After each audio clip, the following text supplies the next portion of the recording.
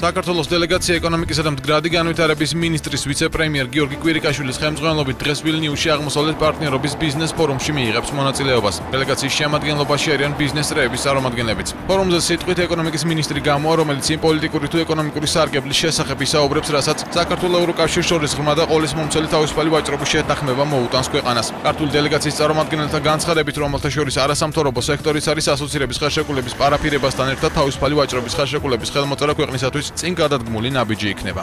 ეს ხელშეკრულება უხსნის 9 მილიარდიანი ადამიანით დასახლებულ ბაზარს საქართველოს და დღეს უკვე არის დიდი ინტერესი იმისა, რომ საქართველოში მოხდეს სხვადასხვა სფეროებში ინვესტირება იმისათვის, რომ მომავალში თავისუფალ სავაჭრო რეჟიმში მოხდეს ექსპორტი არა მარტო ესე ვთქვათ ნაწარმის, არა მარტო პროდუქციის, არამედ სერვისების. ეს არის ძალიან მნიშვნელოვანი საქართველოს ეკონომიკისთვის და ეს შესაძლებლობა ხელს უხსნის ძალიან ბევრ ბიზნესს იმისათვის, რომ საქართველოში გაათმაგდეს ინტერესი ინვესტირების.